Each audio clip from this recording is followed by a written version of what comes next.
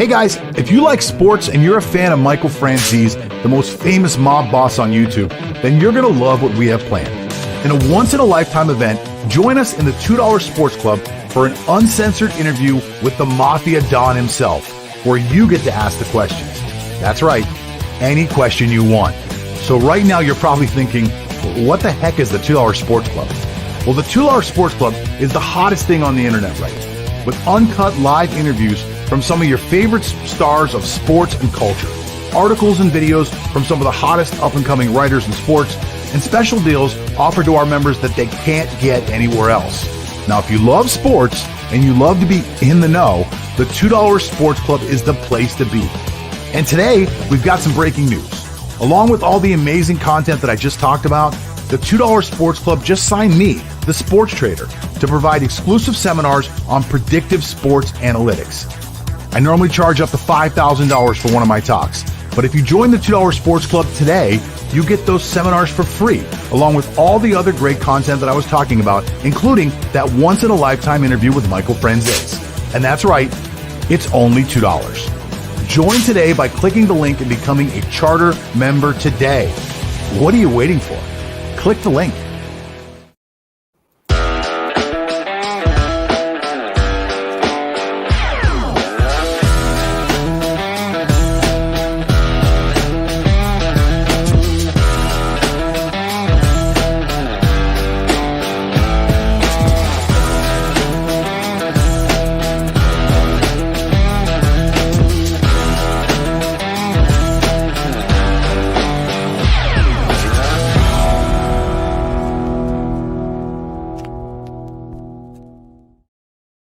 We are live. Ladies and gentlemen, welcome to the What's on Sports podcast. My name is John Todora. They call me the Sports Trader, and today I'll be the host of the show, along with this little dude over here on my, right over there, just right over there, Lance Fernandez. They call him the Sports Nerd because he knows so much about sports, it's actually ridiculous. Guy's got almost no life. He literally just sits around and watches sports and reads about sports all day long. Lance, how the hell are you? I'm doing well. Had a fantastic weekend and just always keeping it positive as always, John. You are a very positive person. I love that about you. Your vibe is always very positive. You're very even-keeled. I'm not even sure you ever get angry about anything. Is there anything that makes you angry, Lance? Cockroaches, maybe. Especially the flying ones. Yeah. Flying cockroaches make you angry. Okay. I thought you were going to say something like the popularity of the three-point shot in the NBA or something. I don't know. I thought it was going to be sports related for sure. Well, we have a huge show today. We're talking about a lot of the big stuff. Some big breaking news happened this week that we will be covering, and some big breaking news has happened today, which we're going to jump right into to start the show in a little segment we call Quick Fire News. We're going to go to Lance, who will play the part of the sports reporter today. He'll tell us what's going on, and we'll tell you about what's happening with our own opinions. Lance, go ahead. Let's fire away. Okay, so first news is related to J.J. Watt. Apparently, we all know that J.J. Watt will be an Arizona Cardinal for the next 2 seasons. So that's something that came off left field. So one disgruntled NFL player with that move is, of course, Deshaun Watson. So he just posted a tweet 13 hours ago that essentially says that he's back to doing workouts. And the caption says, "Let's go." So it's as simple as that. And with the Cardinals being a surprise destination for J.J. Watt, is there actually a scenario wherein the Texans are actually fielding offers for Deshaun Watson when it was initially reported that they are not? Well, look, I think the J.J. Watt thing showed something that I've been saying for years and that I really covered last week in depth, in the fact that the sports media doesn't actually know what's going on all the time. And a lot of what we're given, a lot of the information that we're giving is disinformation or information that's being leaked for a certain reason out to different teams. Now, if you recall, just 2 weeks ago, which some of us have a lot of trouble remembering what happened 2 weeks ago in politics and in sports, but 2 weeks ago, there was a report saying that J.J. Watt was scheduled was looking at a $13 to $15 million deal. That's what was out there. Well, the deal that he got from the Cardinals is significantly less than that. Now, it's still a great deal. It's still in like the $10, $12 million range, but it's less than 13 to 15. So 13 to 15 was put out there to negotiate this $10 to $12 million deal. So with that in mind, Are there a lot of people looking into Deshaun Watson? Of course there are. Miami is most certainly looking into them. I'm certain New York is kicking the tires. If anything, I would say that Miami would probably be the team. If it's going to happen, it's going to be Miami or it's going to be Carolina. Both those teams have established regimes that have been there for a minute. Where you look at the Jets, and the Jets have a brand new coach. And to me, I think it puts too much pressure on a brand new coach to go in and say, you know what, not only are you a brand new guy, we're going to trade away your future. You're not going to have any future first-round draft choices, but we're going to give you a superstar quarterback, which means you have to win right now. I think the Jets are far, far away from that. The Dolphins, however, are in a much better position. Carolina, however, is in a much better position because both of these teams have assets. Both of these teams have weapons. Both of these teams have a lot of draft capital. And I think that one of those two teams will eventually come out and be a part of the Deshaun Watson deal. As much as the Texans want to keep Watson, as much as the Texans don't want to make the move to get rid of Watson, and I mean, who wants to get rid of a top 5 quarterback? I think that whatever happened internally there with the relationship is probably going to be scarred a little too deeply. Reports were, I think 2 weeks ago, that Watson met with a new coach, came in and said face-to-face, I do not want to be here. So, look, I think that whole organization is a clusterfuck. I think there's a lot of things going on there that we don't know about and that we'll never know about, things that haven't been leaked out. And I think it's a lot deeper than just saying that we found a brand new Donald Trump and Jack Easterby, and we're going to blame absolutely everything on Jack Easterby.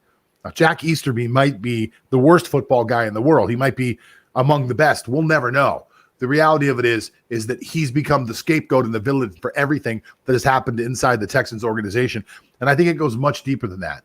I think that a lot of the things that happened there are from back whenever Bill O'Brien was the coach. And I think there's just, you look at it now, and if you're Deshaun Watson, you're saying to yourself, this franchise has very little future.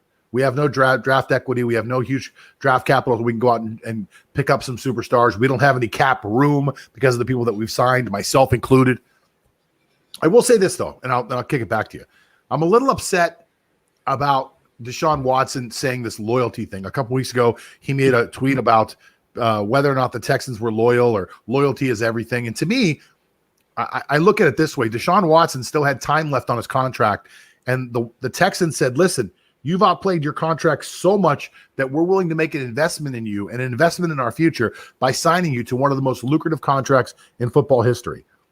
Deshaun Watson happily put his name on the dotted line of that contract about 18 months ago. So over the course of 18 months, since he signed that contract, got a huge upfront payment, somehow he's looking at the Texans and saying that they're not the loyal ones. Well, to me, if somebody signed me to a huge, couple $1 million deal, and they gave me some money up front, and they said, listen, we believe in you so much that we're willing to pay you in advance for how good you are, I think loyalty has already been shown, and I think that needs to be given the other way. But I just want to bring that up really quick. I think your original question is there still something going on? And I would say yes. Unless the Texans are absolutely stupid, and I don't believe their new GM's a dumb guy. I think he's a smart guy. I think he's weighing his options right now. It is rebuild time for the Texans, and you have one chip left. You got Deshaun Watson. You can trade him away. You can get a shitload of picks, maybe another quarterback, and you can start the rebuilding process right now. Yeah, I get your point regarding loyalty is everything. His tweet 5 days ago or 6 days ago. And he was loyal to the Texans' cause up until the Texans' cause became a sinking ship because DeAndre Hopkins was traded and then Bill O'Brien was out and then all hell broke loose. So he did sign knowing that the Texans will have his best interests with him. But apparently, the ship just sank so fast that now he doesn't see where the team is going. Okay, but let me just bring something up really quick. That is what loyalty is by definition. By definition, loyalty is you will stay with me through the good and the bad. So if you get married one day, you're talking about this girl you care about. Maybe one day you want to marry her. If you marry her, that's for better or for worse. That's what loyalty is. So when you enter into an agreement with somebody, whether it's for a lifelong agreement, a 5-year agreement, loyalty is staying with them through the best and the worst times. So just because the team is going through a bad time and you want to leave, that makes you the unloyal one. So I just want to bring that up, and that's what bothers me so much about the entire situation. And I know that we see things through our own perspective. I know that I see things through my perspective. Through every breakup I've ever had, I've always seen it through my own eyes. But it's only through maturity that we're able to stop, see things from the other person's perspective, and understand what it was they were thinking or feeling, or have a better idea of what they were thinking and feeling. So when you talk about loyalty, I think loyalty is a two-way street. And the Texans made that loyalty offer to him by saying, listen, we're going to sign you to all this money. And money is everything in that league. So I'm sorry that we weren't able to put together a winning team for you right now, but you've been on a winning team for the last 4 or 5 years. The Texans have been good up until this year.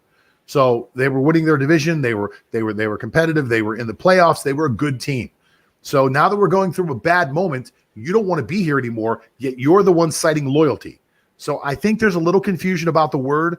I think a lot of our sports media is partially to blame for that because they're sticking up for Deshaun Watson without even knowing all the details. They just automatically assume he's right. And the Trump-like figure, Jack Easterby, whatever he is, look, I don't know how the guy got the job. I don't know what his qualifications are. I don't know how good he actually performs at the job. None of us do. All we know is that he exists and that he's the bad guy, and we're not even sure why. So I just think that loyalty goes both ways, and I don't think that Deshaun Watson is exchanging that loyalty with the team. That's my opinion. Okay, so point taken. And, maybe Jack Easterby got his job because of divine intervention with Cal McNair. Possible. So that's the least I'm going to say about that. But speaking of perspective, though, there could be a scenario wherein eventually Deshaun Watson could be the savior of the Texans once he leaves, because he will command a massive draft haul, or not just a haul of draft picks, but also like potentially good players that can kickstart the Texans rebuild. So he could eventually become a savior for the franchise by leaving. And I see this happening because with what I learned from the JJ Watt situation, there's a lot of things that don't come out of the surface. So the Texans might be stringent in blocking news that comes out of their way. Maybe they are fielding calls. We don't know how many, but there are some movements. There are some transactions that's happening, and maybe they just want to release it once it's final and once the deal has been settled. Yeah, when you look at this deal, and everyone thinks it needs to get done right now, and I don't think it needs to get done right now.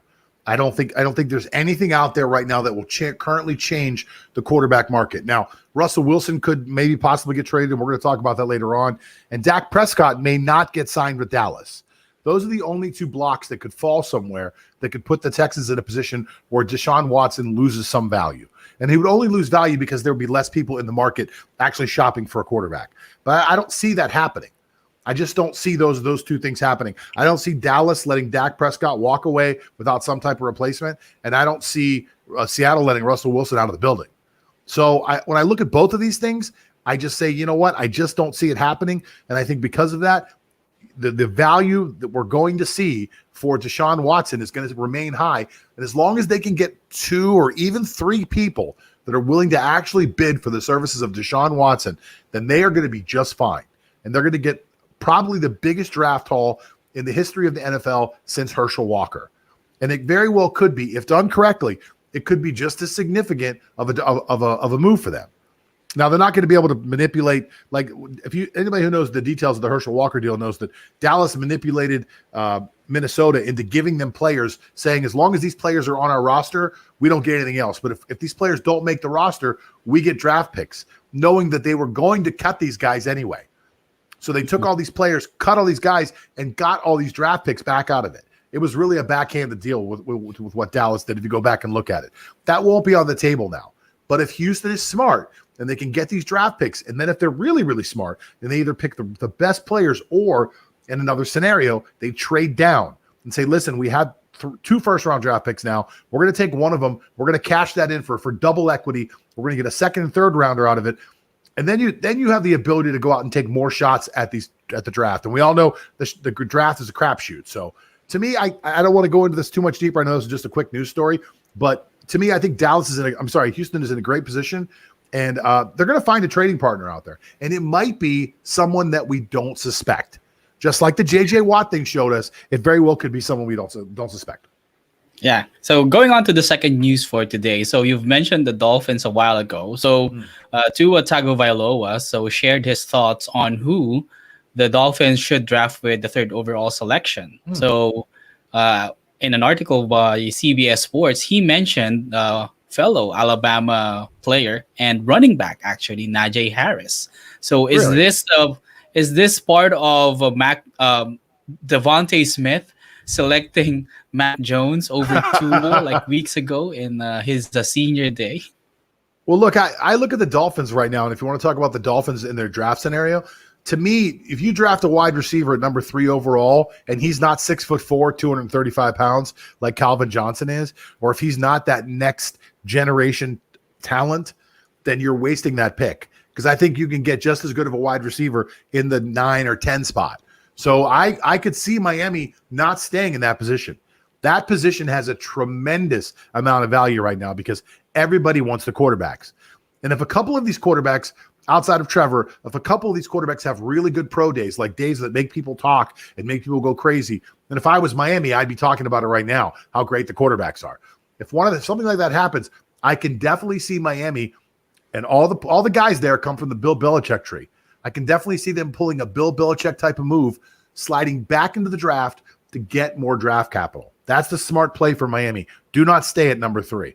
So as far as Najee Harris goes, yeah, like I think I want to say the Dolphins have the 24th pick or the 23rd pick. They're in that zone somewhere. I don't know exactly where they're at, but that's about where the first running back should probably fall off. It's either going to be Harris or Etienne or whatever, however you say his name, from Clemson. One of those two guys will probably go right between there and like maybe the late 30s. I'm sorry, early 30s, maybe 30, 31, somewhere in there. So I don't know. I don't know the Dolphins used the early pick on him, but it's definitely possible in this later pick. They definitely need a running back. And if that's the attitude they want to have, if they want to have that smash mouth attitude, then Najee Harris is the guy to go. Well, they do have a serviceable running back right now with the Dolphins, that is, in Myles Gaskin, but they can still improve on the backfield. So they could be like a Cleveland Browns, wherein they have a Nick Chubb and they have a Kareem Hunt. So they can have that. But the good thing about the Dolphins is that they do have 2 first-round draft picks in the upcoming draft.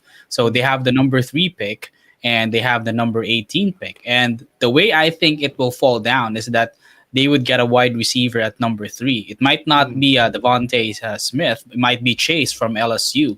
Yeah. So that could be one route that they go. And then for the number 18 pick, if Najee Harris is still there, then they might snag him as well. Well, look, I think Chase is the better overall prospect just because of his actual body, not his body of work, but his actual body. The guy's a really big guy, huge hands, big body guy. He can do everything, but he didn't play last year. So there is that question of like, hey, this guy hasn't played in 18 months or however long it's going to be at that point. So I think that takes away some of his value. And that's why when I look at the number 3 overall pick, I think to myself, look, that's quarterback, that's offensive tackle. It's not wide receiver unless it's that surefire. This guy is a next generation type of guy. And I just don't see that guy at wide receiver, but that's what the Dolphins need. So if the Dolphins were to change and go offensive tackle, I think they stay in that position. But if everyone is truly believing the fact that this team needs weapons, and I'm on that tip, I believe that. If that's what they truly need, then I think the Dolphins have to move out of that spot, move back, get more draft capital. Look, it's not their pick. That's how you have to look at it. It's a value pick that they got from the Laramie Tunsil trade 2 years ago. So that's they just ended up at the 3rd overall pick. It's complete and total like an accident. So they're a team that's really like the 24th best team in the NFL. They're drafting 3rd unless there's a home run guy there. I think you trade out of that pick and you freaking get as much draft capital as you can, not only for this year but for next year. Look, number 3 overall, if you move back with, say, Carolina, who's trying to get into that top 3 spot, you move back with Carolina, you probably pick up Carolina's first this year, Carolina's first next year, and probably a supplementary pick, like maybe a 3rd rounder this year or a 2nd rounder. Like there's a lot to be gotten by moving out of that spot for the Miami Dolphins. And I don't think that there's a lot to lose by moving back 5 or 6 spaces. So when you ask me who they're going to draft, this is going to be Najee Harris.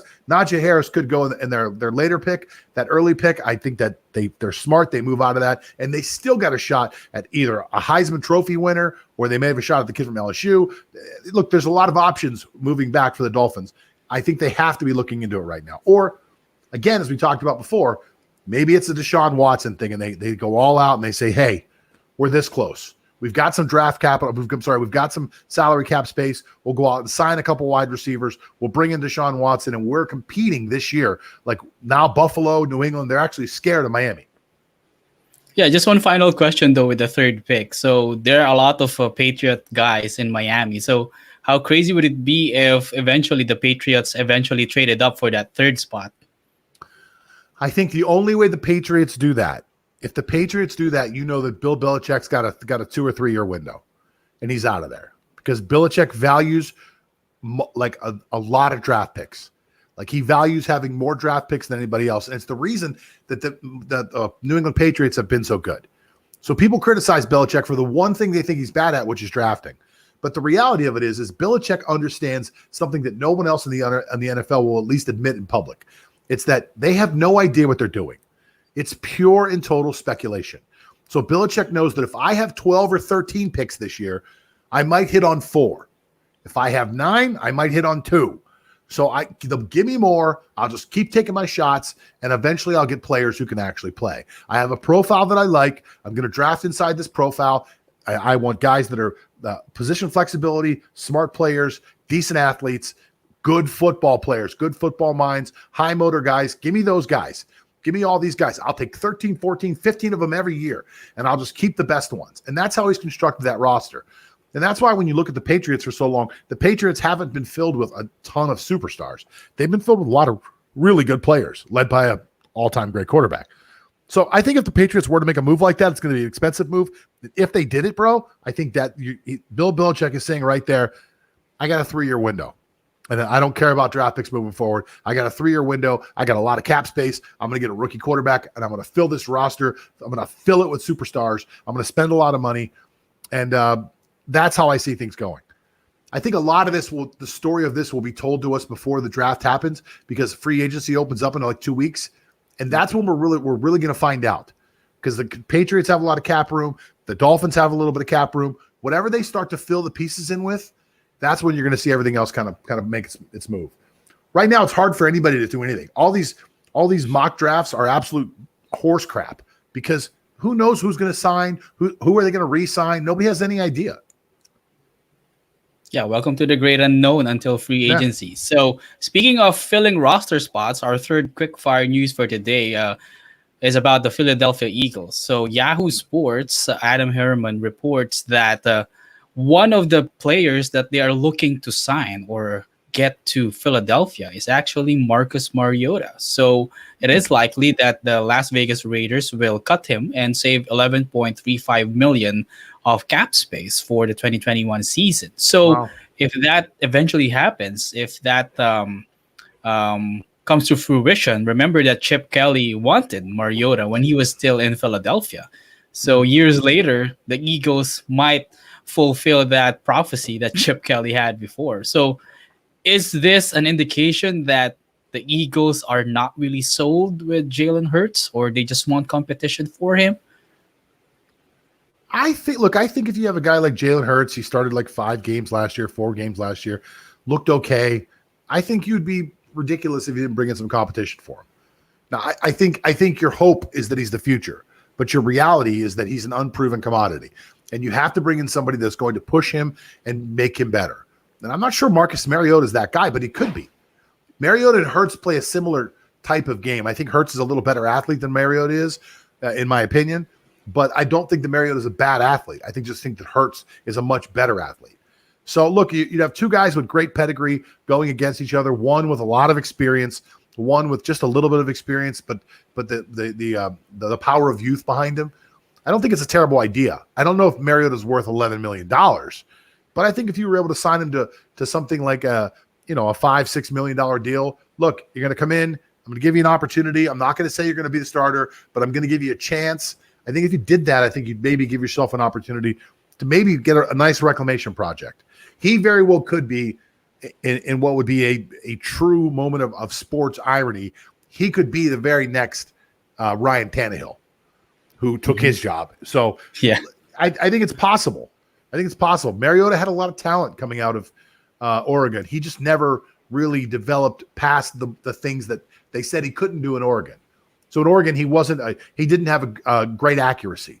So he wasn't that guy who could really be the great, amazing passer, but he was such a great athlete and so spectacular with the things that he did there. They thought that he would develop into that, and he just never did. Now, that could be bad coaching, but the very same coaching that couldn't get him to play well got Ryan Tannehill to play, 10 times better than he played in Miami.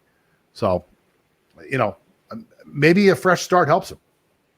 Yeah, I agree. And Philadelphia could be that fresh start. And I do agree as well that the 11.35 million is too high of a price for a backup quarterback. That's why the Raiders are most likely going to cut him before the new league year starts.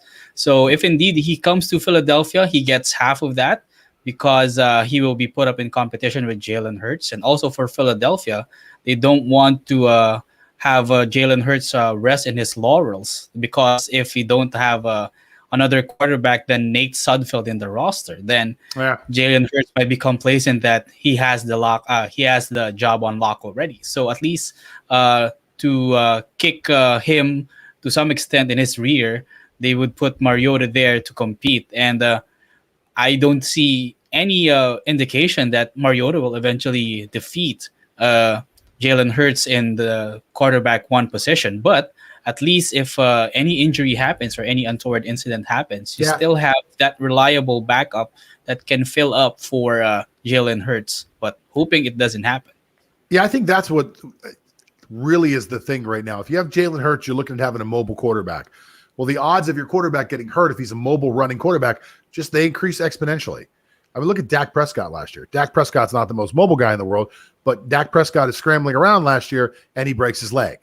I mean, that's what happens when you have a guy that moves around outside the pocket.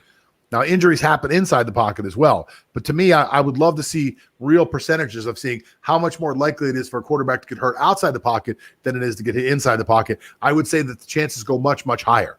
So it's just my opinion, but I would have to really look at the data to really see if it was true or not. Now, Lance, that's some great news that you came up with there. Some really awesome quick fire news. Let's talk about what happened yesterday, though, because the whole sports world was a buzz of what happened, about how, the doop-de-doo was pulled over everybody. The wool was pulled over everyone's eyes. No one knew it was coming. J.J. Watt was for sure, either going to Green Bay or the Browns or Buffalo with an outside shot at the Steelers. That's what we heard about for weeks. And those names changed a little bit. The order changed a little bit. Buffalo was the team. He was definitely going to go to Buffalo. Oh, Cleveland's in front. Oh, it's going to be a $13 to $15 million deal. Yesterday, J.J. Watt, in what will, by the way, turn into a trend that we're going to see right now, led a trail of breadcrumbs across Twitter with little hints here, most of which made no sense. He was just having fun toying with everybody.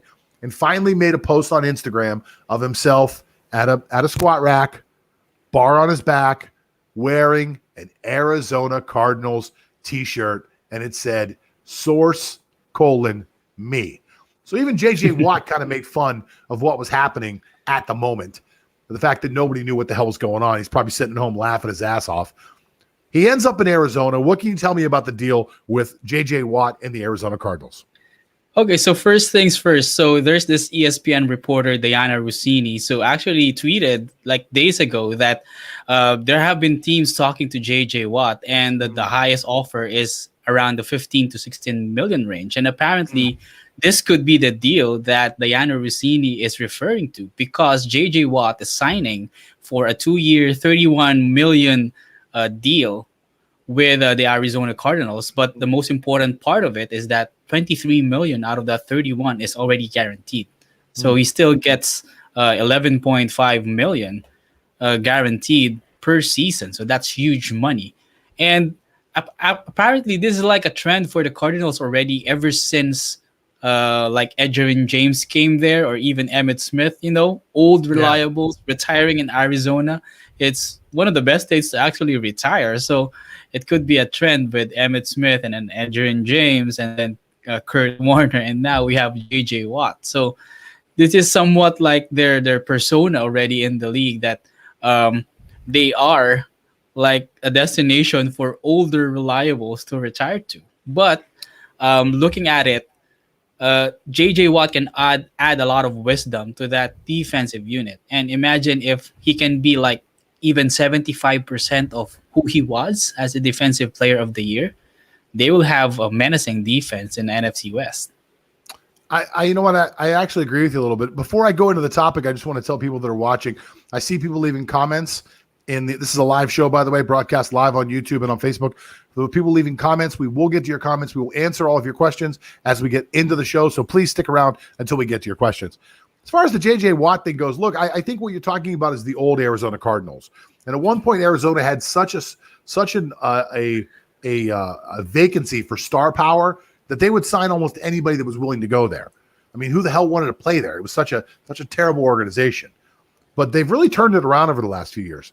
And I got to give Arizona credit. You know, they've appeared in the Super Bowl. They've had some good coaches along the way, whether it was Whisenhunt or Bruce Arians was pretty decent there. They've put together a pretty good organization. That's an organization that just doesn't stop. Now, the reality of that organization has got Pittsburgh envy, and it did for a long time. If somebody got cut from Pittsburgh, they would almost automatically get signed into Arizona. Arizona hired 3 of our assistant coaches to be head coaches from the Steelers for a while. So that was a franchise that was trying to copy what was quote unquote the Steeler way, and they've done a pretty good job. They've kept guys like Larry Fitzgerald under the fold inside the building for a while. They've developed a lot of homegrown talent, and I don't think that making comparison. And I've seen the meme where the comparison is, well, they signed Edgerrin James, they signed Emmitt Smith, there was one other person on there, and then now they're signing J.J. Watt. I don't know that J.J. Watt is finished yet. J.J. Watt's biggest problem is that he's been unable to stay healthy over the last few years. And last year, without somebody on the other side, J.J. Watt wasn't as good. Now you bring him into Arizona, who actually has a little bit of a pass rush, who actually has an all-pro on the defensive line to pair with J.J. Watt. And if J.J. Watt can stay healthy, he very well could return to, I don't know if he's going to return to MVP form, but he very well could return to a very outstanding player form. He could return to Pro Bowl form, and if he does, Arizona is going to be in a good position. Now, the problem with Arizona lies a lot deeper than what they've done here. Arizona needs help in their secondary. Arizona needs a little bit of help across their linebackers. They drafted Isaiah Simmons last year, and he did not play to the level they thought he was going to. They've got to turn that guy into something. They have problems outside. Their longtime Pro Bowl cornerback, whose name I forgot, of course, is I'm so terrible with names. Whose name I forgot is a free agent and might be leasing Patrick Peterson. So they've got some issues they've got to fix. J.J. Watt is a huge PR splash. And here's the other thing, Lance, just real quick. The signing of J.J. Watt could be something that is used to draw other free agents in. And that, to me, is probably the most important thing about what Arizona did here. Arizona said, look, we're not afraid to spend for big-name players. And if you come to Arizona, not only will you play with what will be a high-powered offense, you will play with superstars on the defensive side of the football. So if you're a superstar, or if you're a guy who thinks he could be a superstar, or if you're a guy who might be trying to chase a ring, you can come out and play with us, and we're going to put together a good team. The bad part is that Arizona did not play very well in the back half of last year's season, and they're in what's probably the toughest division in football. It's actually the second toughest division according to record. The Pittsburgh, Baltimore, the Browns and Cincinnati was the best division for record wise. Second best division was their division. So it's a very tough division that they have to play in. There's no easy games in that division. The Rams are going to be good. The 49ers are going to be good. Seattle's going to be pretty good as long as Russell Wilson stays. So look, I don't know that if this is the move that puts Arizona into the elite category yet, but I think it was a great PR move for them. Really strong PR move. Yeah, it would be a nice attraction to have J.J. Watt as your teammate if you're a free agent. Unfortunately, the cap space of Arizona is not that much. They are just $11 million under the cap. So if ever new free agents come in, so they would have to cut more pieces in their roster. So that would spell trouble as well for Arizona. So I think that this move, they think the Cardinals is like the final piece that they are looking for to really upgrade their pass rush. I mean, they have one of the better averages in terms of pass rush last season. They averaged like 3 sacks a game, which is one of the best in the NFL. And So they do have a Chandler Jones on one end, and then they also had like revelations last season with Hassan Reddick and Dennis Gardeck, who combined for 19 and a half sacks. So at least if Isaiah Simmons doesn't pan out, if those two players can continue their production last season, then that could be a threatening defensive front for the Cardinals. And I do agree, though, that their secondary does need much help. So if ever they make cuts from this roster, I guess it will come from the secondary so that they can sign free agents there or go via the draft. Yeah, this really comes down to one thing, and then I think we'll move on to another topic, but this comes down to something really easy for me. This is the rookie quarterback effect. This is the Kyler, in this situation, this is the Kyler Murray effect. You have what is pretty much akin to a 2-year window with Kyler Murray, and then you have to sign him to a more expensive contract. If you believe he's your quarterback, you've got to put the long-term money into him, which at that point could be in the $40 million range. So you have a 2-year window to really work on that rookie salary that he's going to be on right now. So now's the time. If you're going to spend the money, if you're going to make the splash, now's the time.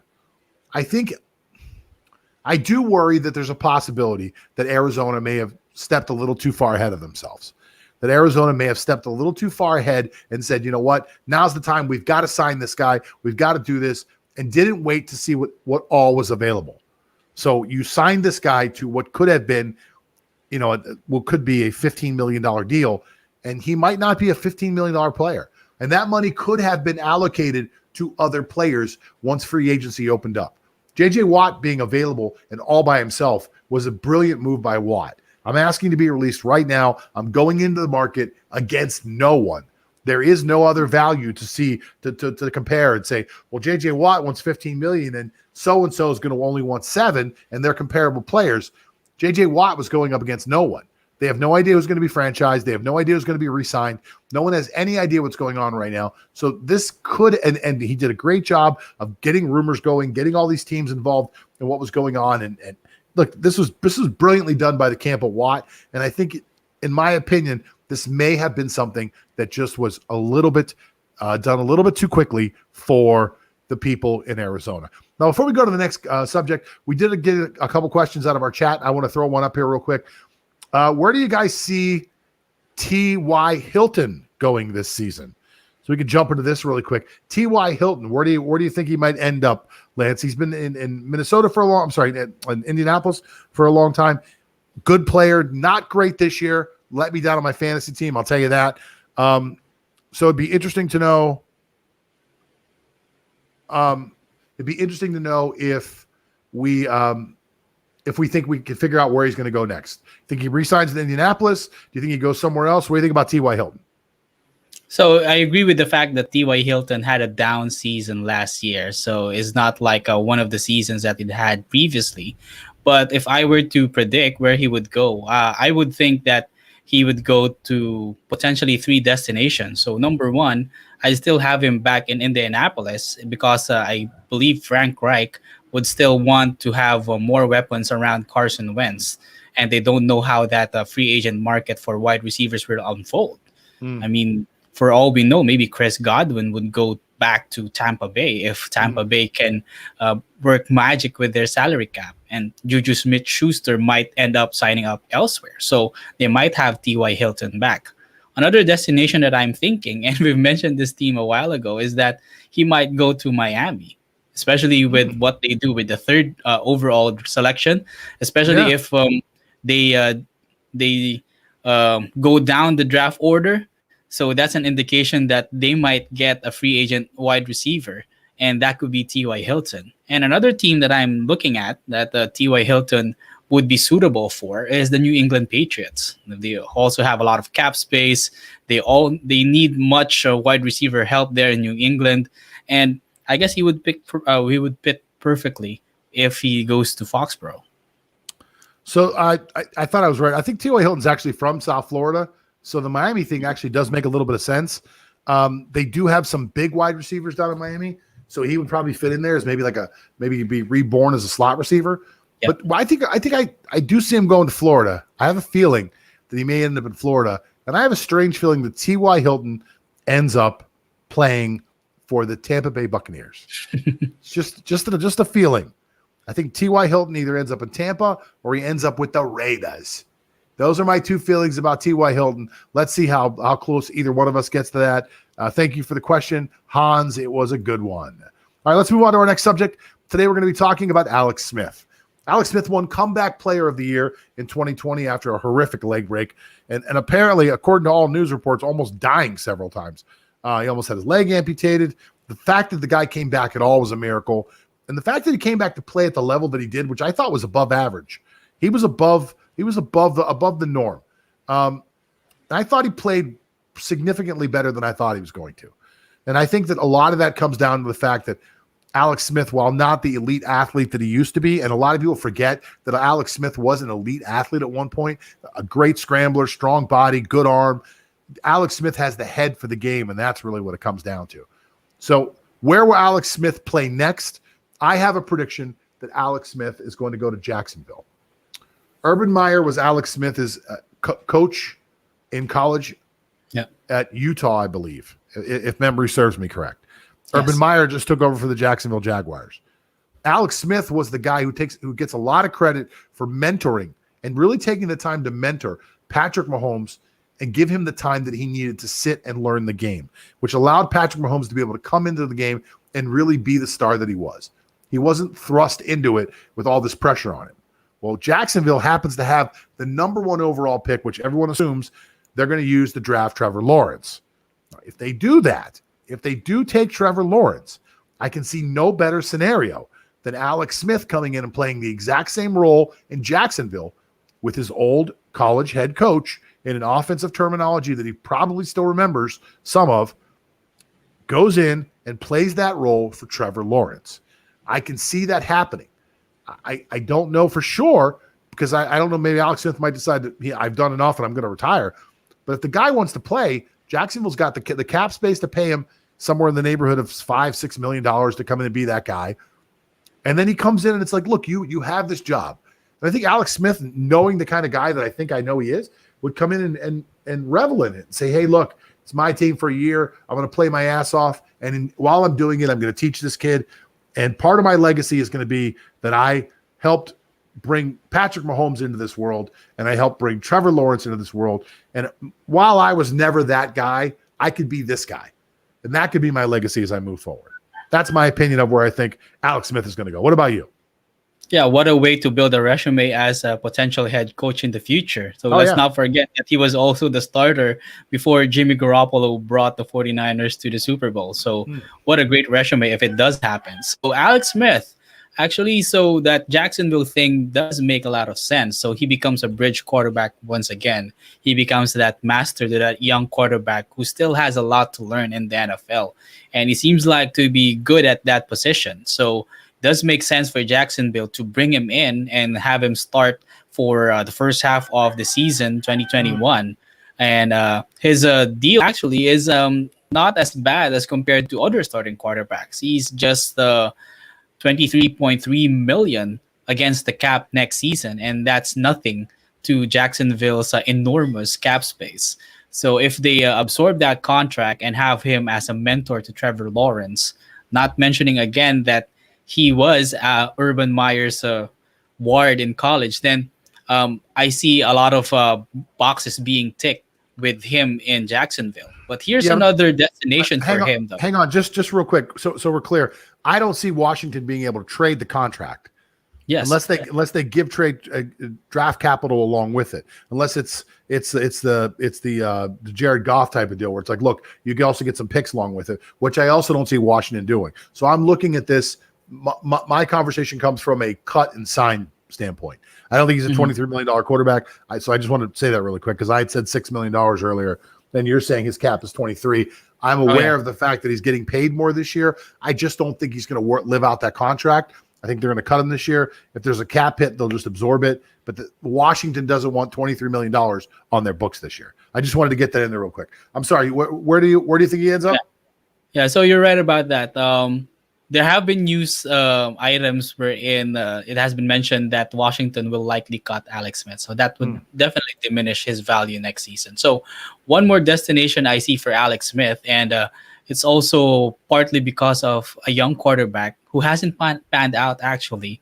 He could go to the Denver Broncos, actually, be a bridge quarterback. So apparently there has been frustrations for Drew Lock already in the organization that they think that he's not the quarterback for the future for the Broncos. So while they are searching for that new guy, Alex Smith can come in, lead those talented young receivers the Jerry Judys, and be their quarterback for a season or two until they get their quarterback of the future. So it's also a good scenario for the Broncos because they already have the pieces in place, and having a solid veteran quarterback and Alex Smith can help them along the way. Yeah, that's actually not a bad choice. I looked it up, by the way.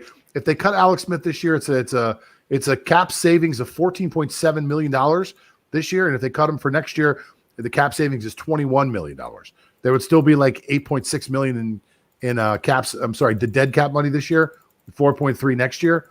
But if the Redskins can save almost $15 million off their cap, I'm just surprised they haven't cut him yet already. I don't think there's any way in the world he stays.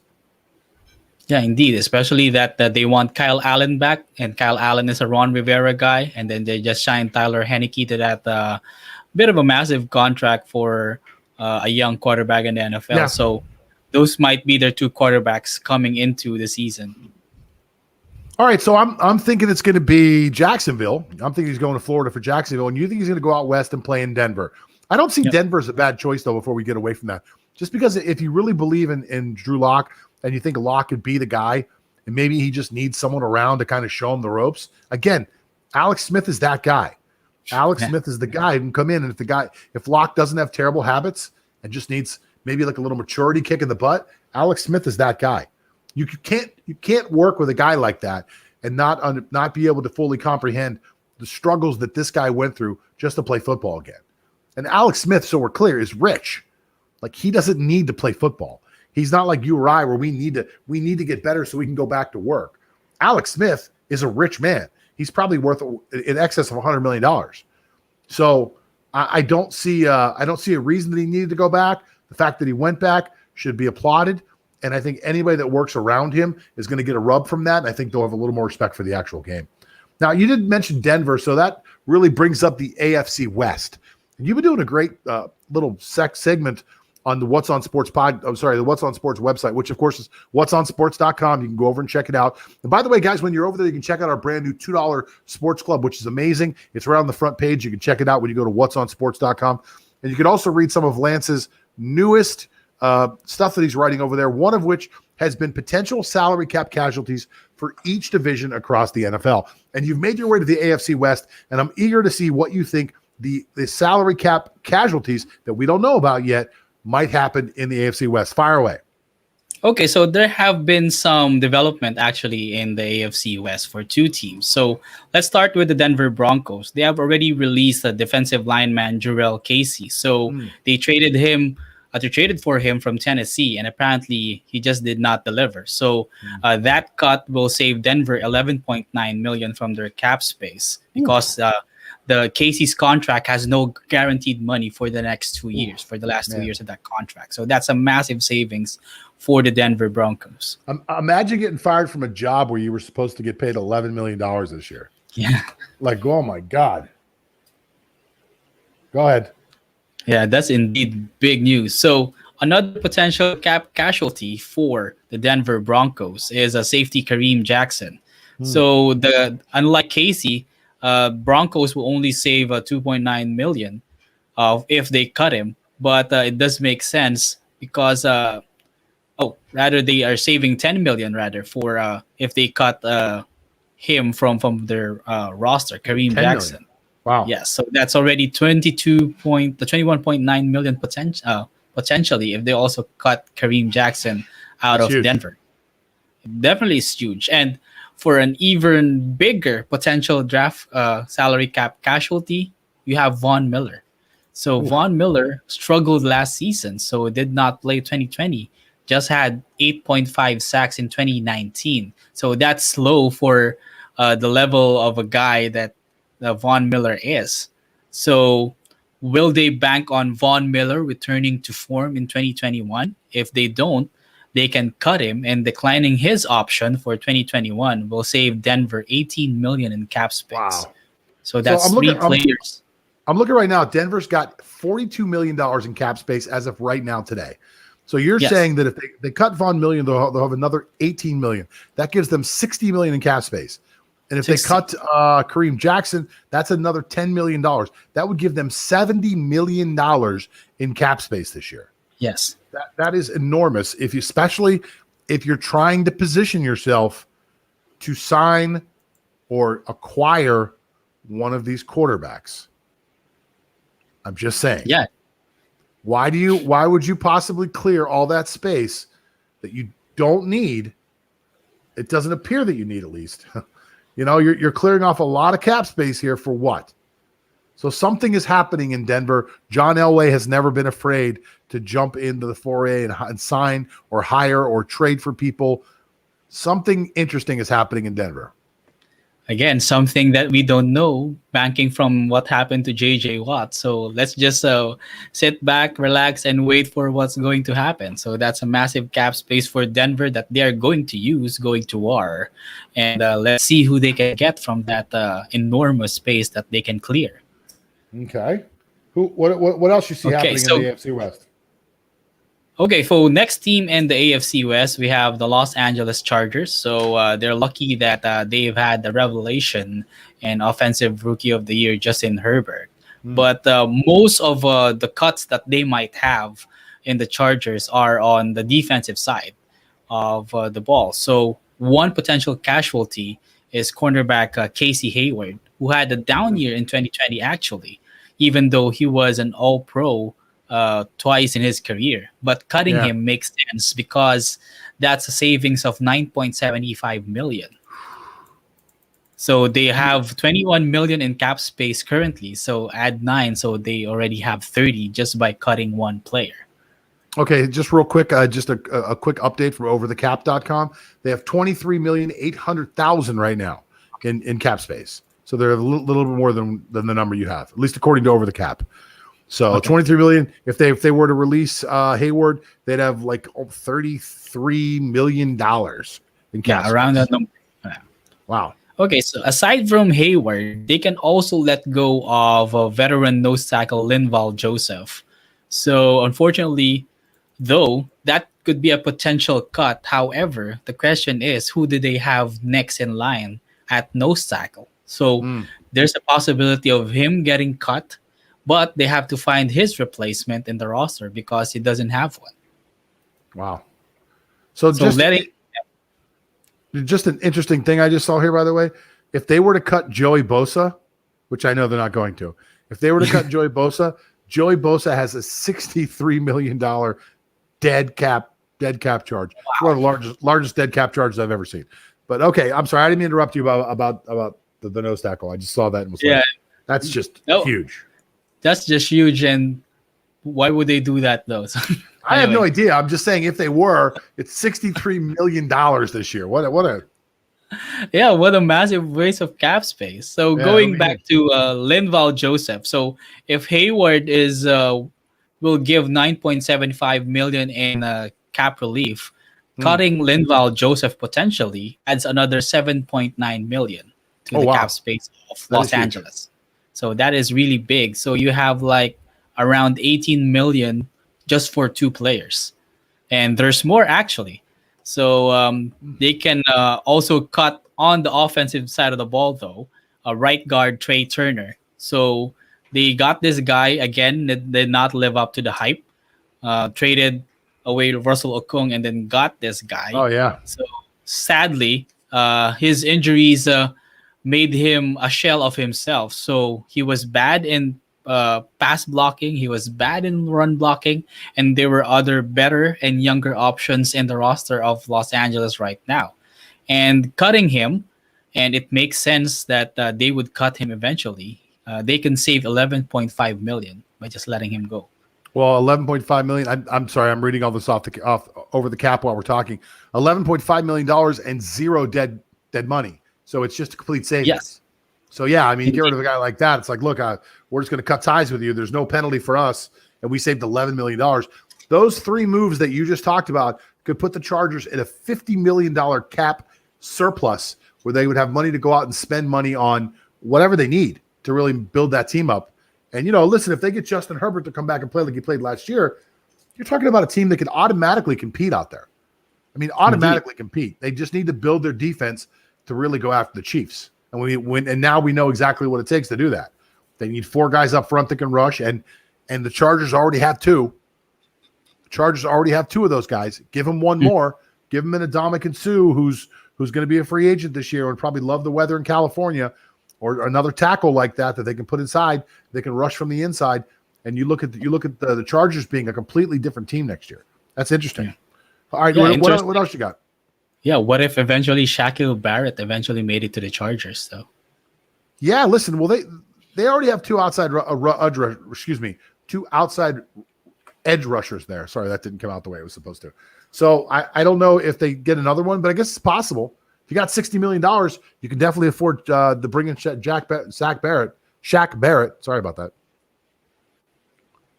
Okay, so speaking of the Chiefs, though, so we have already mentioned, and as shown in Super Bowl 55, most of their potential cuts will be on the offensive line. So they need a massive overhaul on the O-line, granted that it was the weak spot for them in that big game. So 2 potential cuts for the Chiefs in the offensive line is one is left tackle Eric Fisher. So it will be a tough cut for the Chiefs given that he's their most consistent player in the O-line.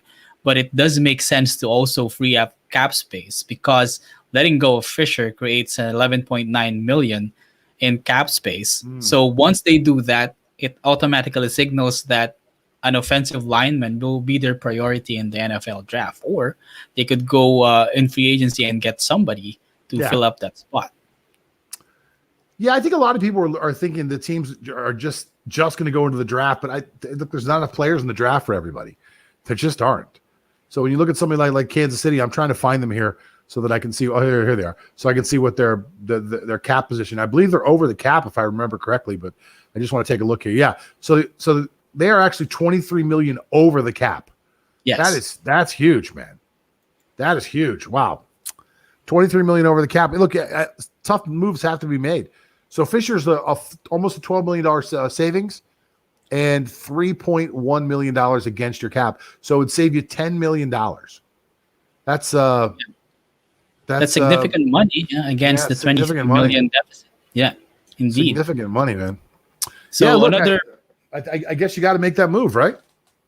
Yeah, it makes sense because we don't know how Eric Fisher will be once he comes back. If he comes back in 2021, because we know how tricky injury recoveries are. So he might go back middle of 2021 season or maybe even later, but we don't know how he will be once he returns. So there's always that question of will he be back to his Pro Bowl form or will he be a shell of himself? Yeah, he's I think that was an Achilles, if I remember correctly, right? Yeah. He tear an Achilles. So Achilles injuries are normally like a year long, and he hurt himself in week 16, I believe, week 16 to week 17. Oh, was it the AFC Championship game? Okay, so so it could be. Yeah, look, if you're looking at it like that, this guy's $14 million. We're not going to be able to use him until week 10 or 12. Maybe, and you got to hope he comes back the way he was before, with still the same mobility at that age. I think maybe he's a cap casualty. I think you're right. I think it's unfortunate, but you got to get rid of a guy like that. Fisher's in his 30s, right? Yeah, he's 30 years old. Yeah, indications leading to him being cut. And another player from the O-line that might be on his way out is also Mitchell Schwartz. So he did play well in the first part of the 2020 season, but apparently had a back injury towards the latter part and hasn't played since. So that's the first major injury actually that Schwartz suffered in his 9-year career.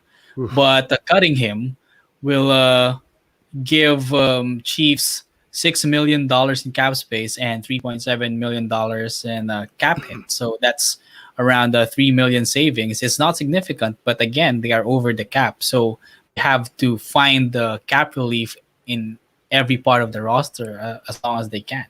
Well, I'll tell you this. If you look at the Chiefs right now, Frank Clark is a $25 million cap hit.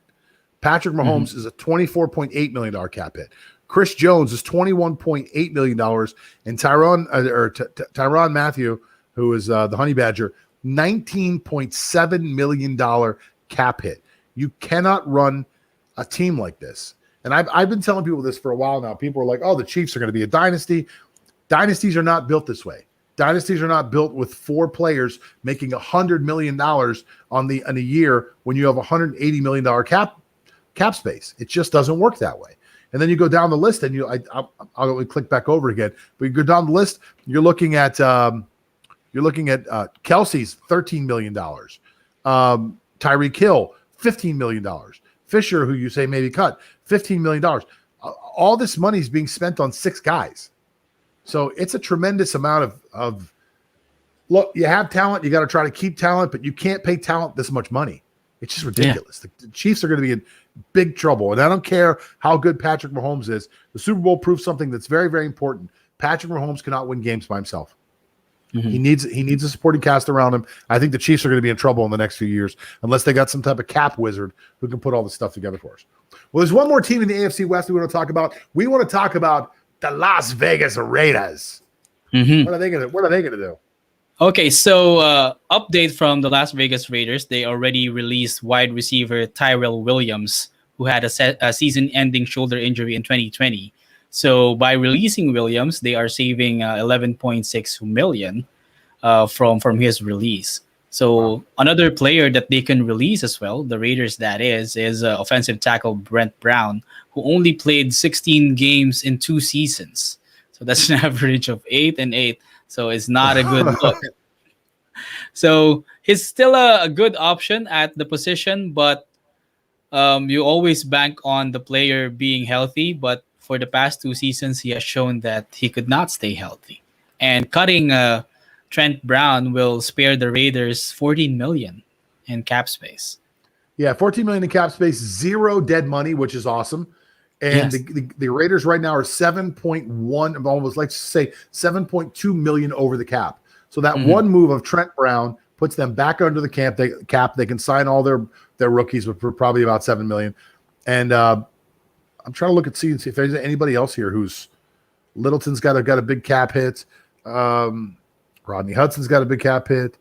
So there's one other choice on here, and that's Marcus Mariota.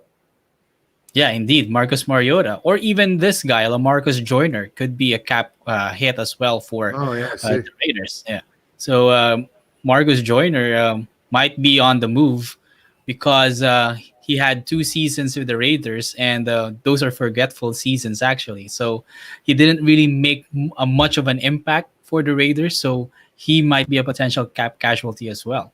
Mm. Yeah, they have some interesting contract structures here as I'm looking through for the Raiders.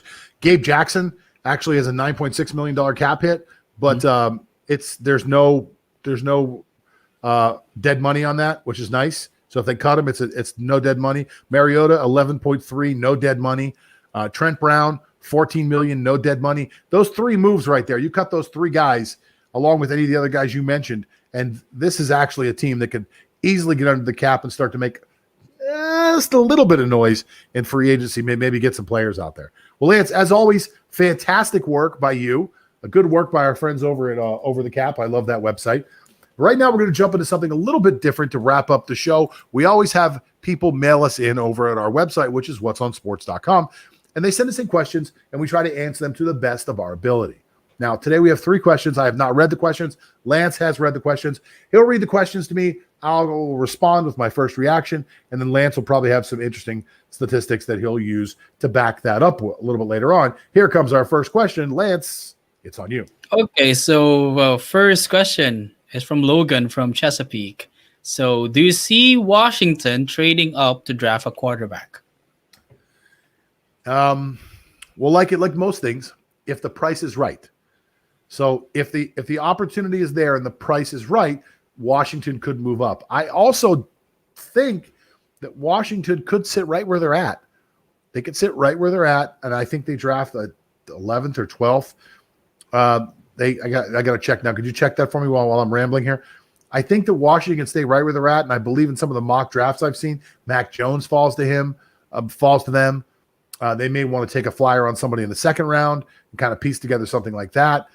Look, I think Washington is built from the back up. Washington's got a good offensive line. They can run the ball. They can actually play defense. They can rush the passer.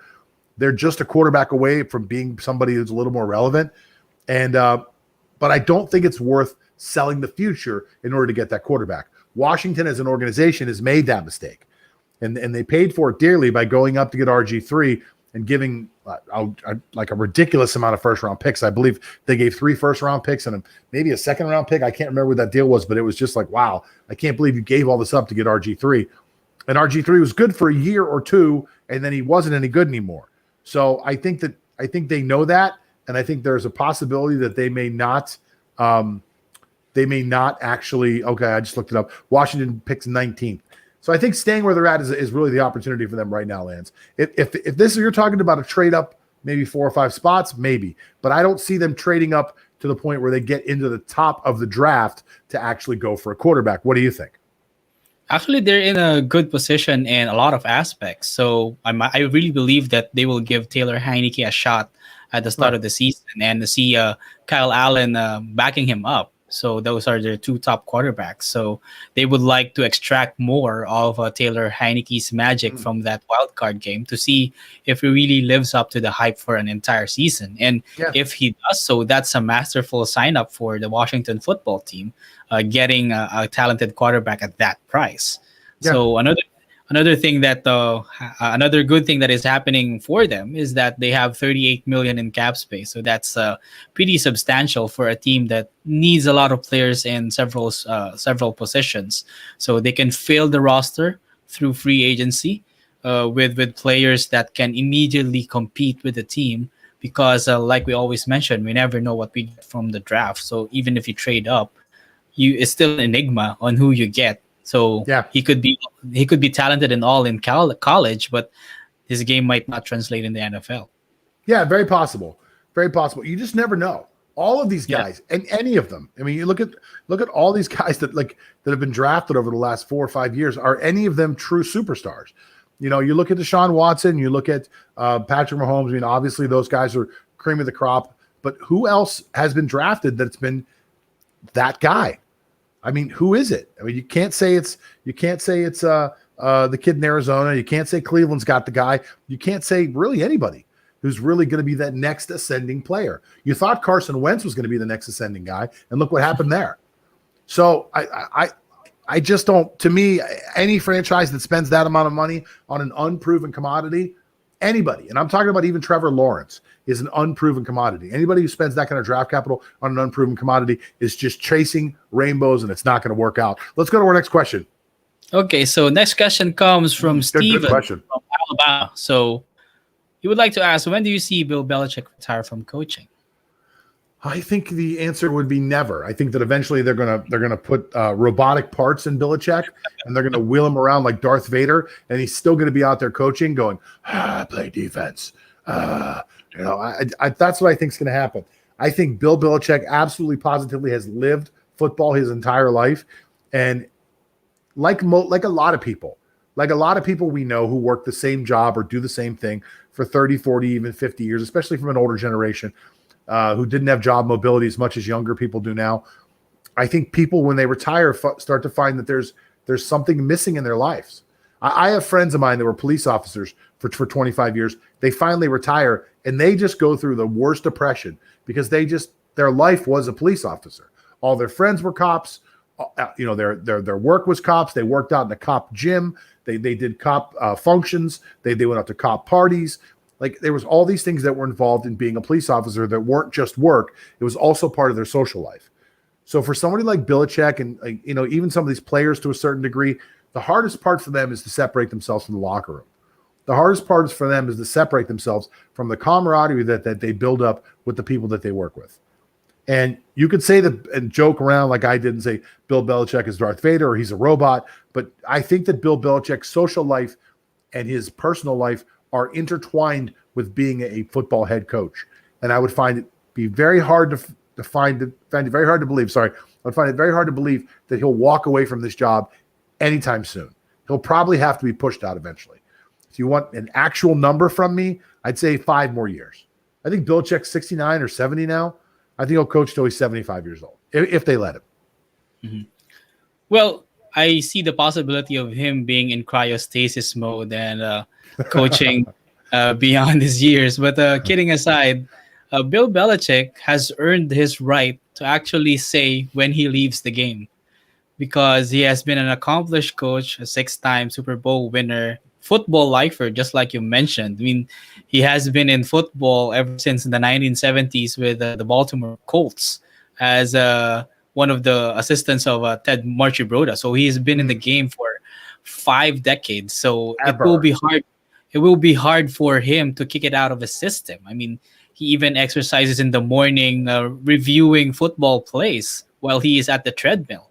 So football is really embedded into who he is and into his character, into his life. So granted that he already is a legendary status, I believe that he has earned his right to call quits whenever he wants to. And when will that happen? Actually, it might be far fetched, but I see him breaking Tom Landry's record in Dallas. So he is already at the 21st season, and he's still as sharp as hell when it comes to coaching. I mean, he still led the Patriots to 7 wins last season, despite that kind of a roster and a lot of opt-outs. So with a better roster, even on defense, he could go 8-8 or 9-7. So that's a 2-win swing. So relatively, he still has a fresh football mind. He still has what it takes to really lead an organization. He's not yet slipping up there, so he still keeps his mind sharp, and he's just 8-9 seasons away from Tom Landry, and I see that happening. Yeah, I think it's for all of us at some point. If you do a job long enough, it's no longer what you do; it's who you are. And Bill Belichick is a football coach. Let's go to our last question, coming from the What's on Sports question poll. Okay, so this is from Anita from Philadelphia, and I can see the reaction from John because it's from about his team. So, who will be the Steelers' priority signing from all of their free agents? Look, who should be their priority signings, or who will be their priority signings? I don't think the Steelers have any money. I think that's really going to be the biggest problem right now. The Steelers are dead up against the cap. They're still over the cap. They're trying to restructure Ben Roethlisberger. They've got to restructure a few other guys to try to get under the cap.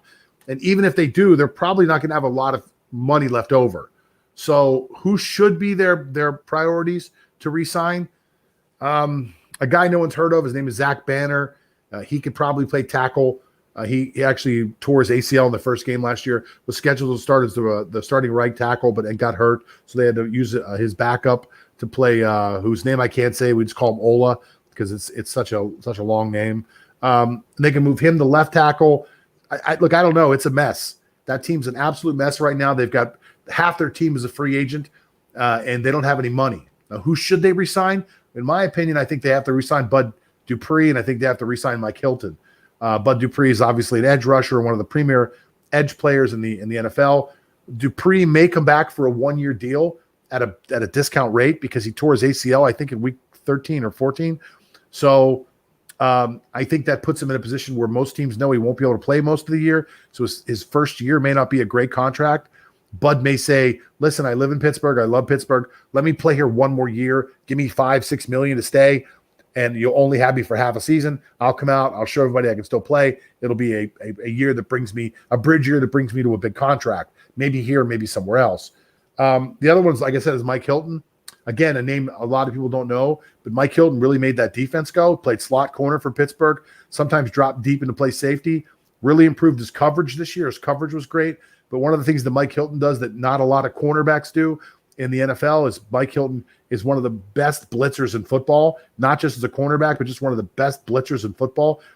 Takes a beeline to the quarterback like a rocket ship. You never know he's coming, but when he comes, he hits so quick. And the other thing is, for being probably the smallest defender on the Pittsburgh Steelers defense, Mike Hilton is probably their best tackler. So he's great in the run game, especially on the edge, which is so important when you play Lamar Jackson twice a year.